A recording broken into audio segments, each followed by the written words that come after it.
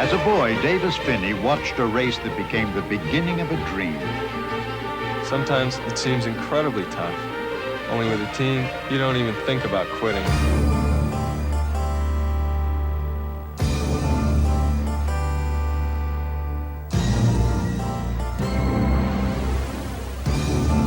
Here are some familiar pictures. Davis Phinney, arms thrust skyward in victory.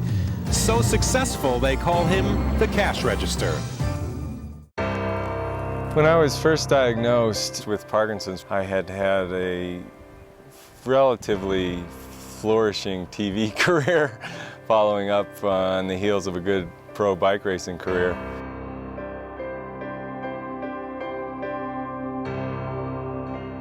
I was really starting to notice a decline in my physical capacity and my mental acuity for my job. And then, of course, with Parkinson's, the most overt symptoms start coming, and I started to get this shaky hand. As I started to research into Parkinson's, and I looked at my age, and I realized that you know, there's no cure at the moment for this disease, and I'm only going to get worse, and you know, things down the line could look pretty grim for me, for a guy who's just survived on being healthy and being physically fit and active and productive. It was very, very sobering. I realized that I had a choice of how to approach the disease. It's one thing to be a bike racer and say, okay, I'm going to race in the Olympics, for example, and that's 2 years from now. So I'm going to dedicate all these next 2 years to training and focus and preparing for this single event. Well, with PD, your goal is to stem decline, and it's almost the opposite of what reaching for the Olympics is. Instead of reaching for a high point, you're just trying to not get to a low point as quickly. All day you're on this sort of up and down wave of staying on your meds. So I definitely felt like I was at my wit's end. It was the kind of experience where I was taking a drug and I would sit there and I'd be like, for an hour, and then the drug would take effect, and then I'd be like, and then it would start to wear off, and I'd be like, and I'd just do that cycle all day long. The price you pay for the little bit of relief that he got, anyway, from the medicines, and some people do fabulously well on the medicine, but the little bit of relief he got really seemed to be outweighed by the terrific you know, extraneous movements. I mean, it was hard to look at him sometimes because he was moving so much. And that wasn't PD, that was the medicine.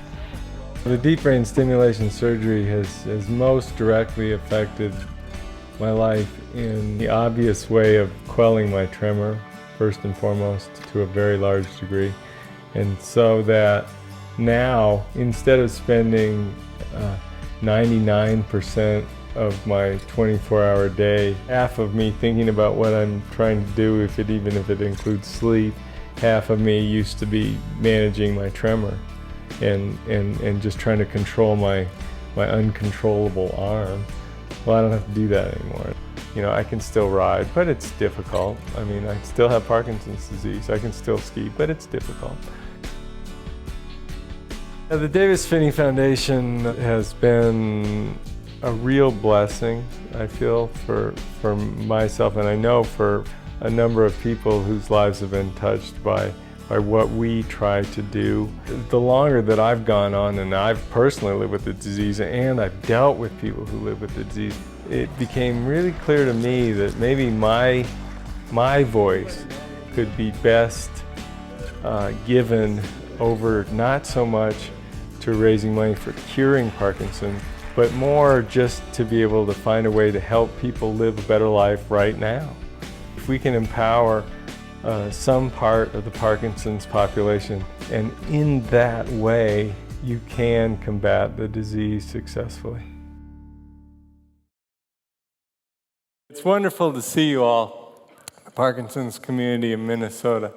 I'm so appreciative of you making the effort to come down today, and as I say, I would welcome you to the tremor safe zone. Recently, I read an essay about an organism, the largest single organism in the world, named Pando. And what Pando is an interconnected grove of aspen trees out in Utah with a single shared root system. And that root system covers over 106 acres, which is kind of astounding if you think about it. I mean, one tree would grow to become this huge grove of aspens, all growing, adapting, surviving, and evolving together. And this stand of trees are not so much codependent as they are interdependent. Each tree supporting the other to weather the storms, to grow old, and to stand tall together. Trees are like that. They tend to do better in groups than alone, and people too. Because in this auditorium, we are made stronger, wiser. We are inspired and better informed by our proximity to each other. Parkinson's can be an isolating disorder.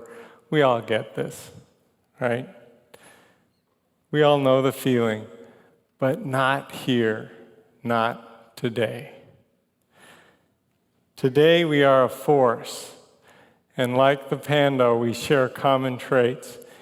In this room, we help each other, fathers, mothers, daughters, sons, family, friends, caregivers, and care recipients.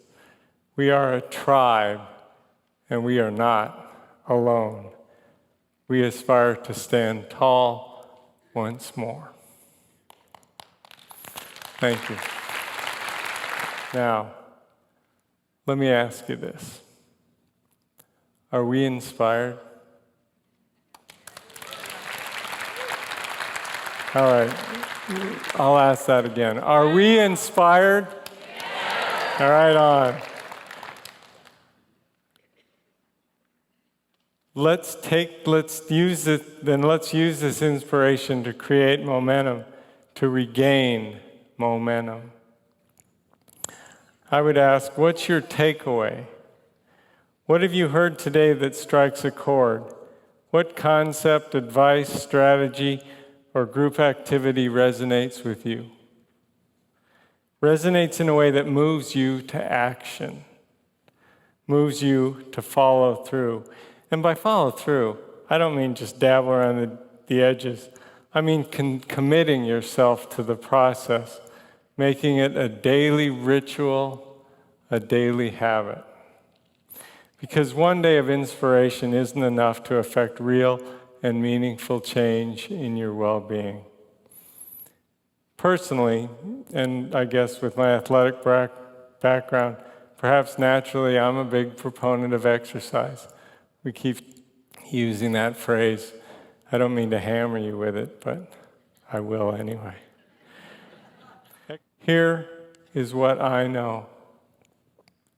Some form of exercise, be it lifting weights in your garage or soup cans in your kitchen, be it taking a yoga class or taking a walk around the block, be it cycling at the gym or on a bike path, be it dancing, better yet, dancing and singing.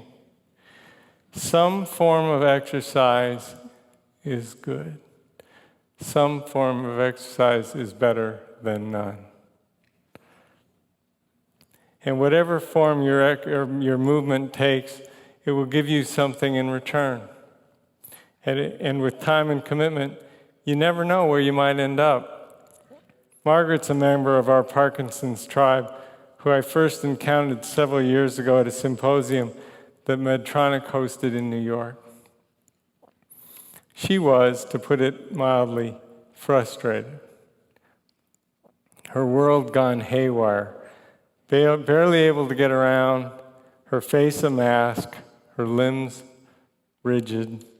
She was spiraling down, down, down. But after lying in bed for the better part of 3 months, her legs not strong enough to support her, she simply had had enough. And she made a decision to fight back against Parkinson's unrelenting demands. She found an inner strength. She got herself up and forced herself to move. Initially, Margaret's goal was simple. She wanted to feel better, function better, get some of her strength and mobility back. She wanted to enjoy living once more. Through persistence, her function gradually improved. Eventually, she started riding a bike, finding, like me, that while balance was an issue while standing, she had no such trouble while pedaling, and gradually built her fitness up to the point where she rode several hundred miles in total throughout the summer of 2012. Well, this year, her ambition grew significantly grander. She cycled more miles. She joined a gym to work out. She was more diligent and focused than ever, and ultimately, Margaret participated alongside 4 other intrepid members of our Parkinsons tribe in a week-long bicycle tour. This tour, called Ride the Rockies, traversed through the mountains of Colorado, 550 miles in 7 days. A huge effort, a monster goal. But guess what? Yeah, she did it. To be sure, not without struggle, but the key to Margaret's success was not only having a supportive team, her own pando, if you will. She was also relentlessly, irrepressibly optimistic. She believed in herself, and with every passing mile, her confidence grew. She kept pedaling, maintaining momentum to the top of the next hill and the next. And she keeps moving forward still. According to Margaret, the more she exercises, the better she feels. The better she feels, the more she enjoys her life. Like I said, you never know where the trail, or in Margaret's case, the road may lead you. To me, she is a shining example of what's possible. A genuine Parkinson's hero, like Liz, like many of you. This is one example of many. The exercise DVD that the Davis Phinney Foundation is providing for each of you is featuring Dr. Matt Ford, has other stories, other heroes, not so extreme and possibly more relatable. But all are heroic for their efforts, and their messages about benefits of exercise is clear. Certainly, they're heroes to me, even superheroes. Super Parkinson's heroes. You know, perhaps this sounds a little too easy in the telling. It's not. It takes effort and it takes commitment. You have to believe in the process. You need to decide, you need to find your inner strength and say, I want to feel better.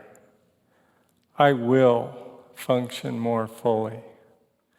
My life can be better. Feel it, believe it. As we've seen today, there are a plethora of top movement disorder specialists in this area. There are world-class neurosurgeons who specialize in DBS, which, as you saw in the video this morning, absolutely changed my life for the better. 5 years post-op, 0 tremor. Baby, that's a victory.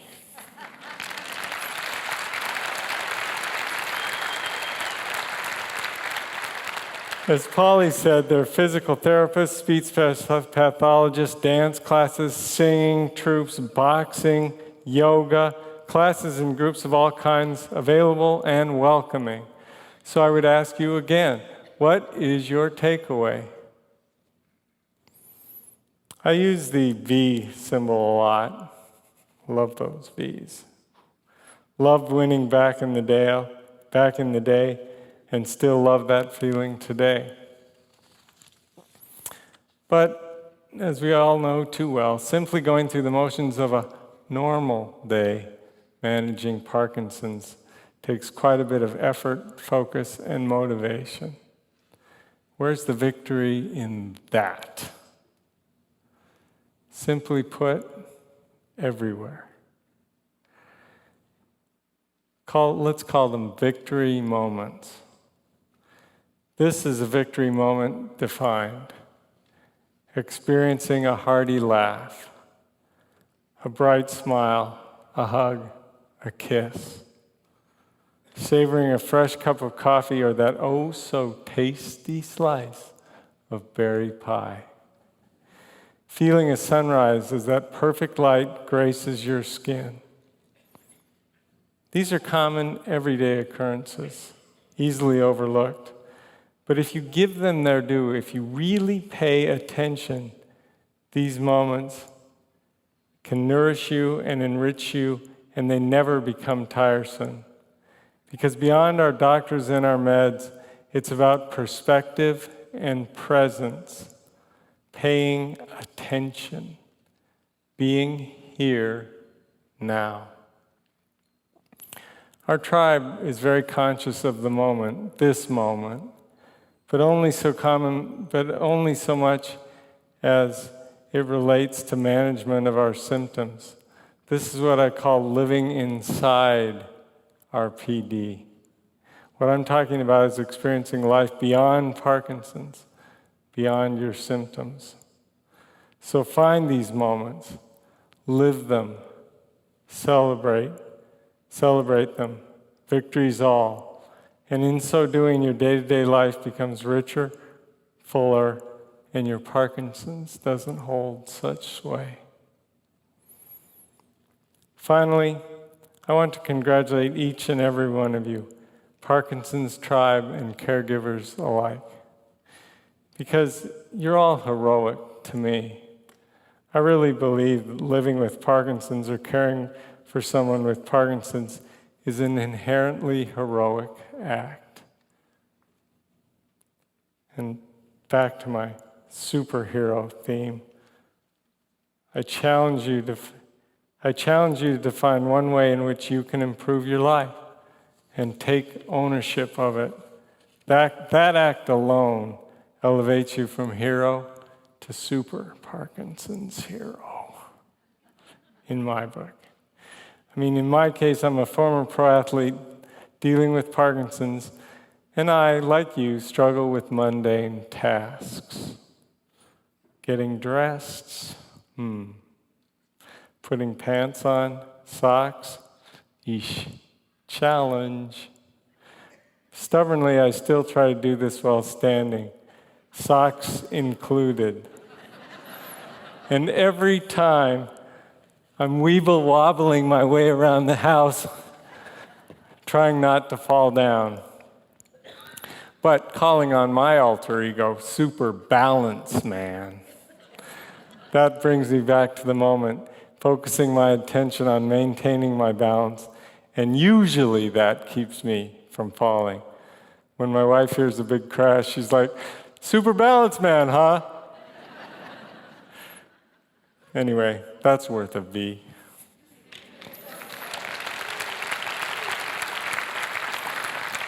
The V, victory.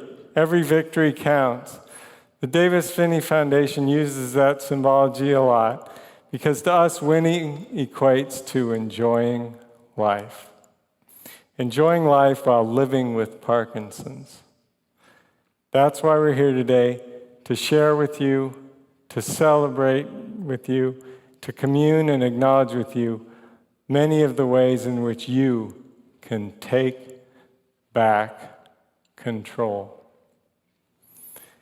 So let's make an agreement to strive to make tomorrow better than today. Is it a deal? All right, we'll shake on it. So I think that, now reflecting back to the way we started this, scooch up to the edge of your chair if you're able. Loosen up your arms, because we're going to celebrate a victory, at least one, maybe more. Depends how good you guys are on the first one. All right? Count of 3. I think we all need to have that winning feeling. Ready? 1, 2, 3. Yes!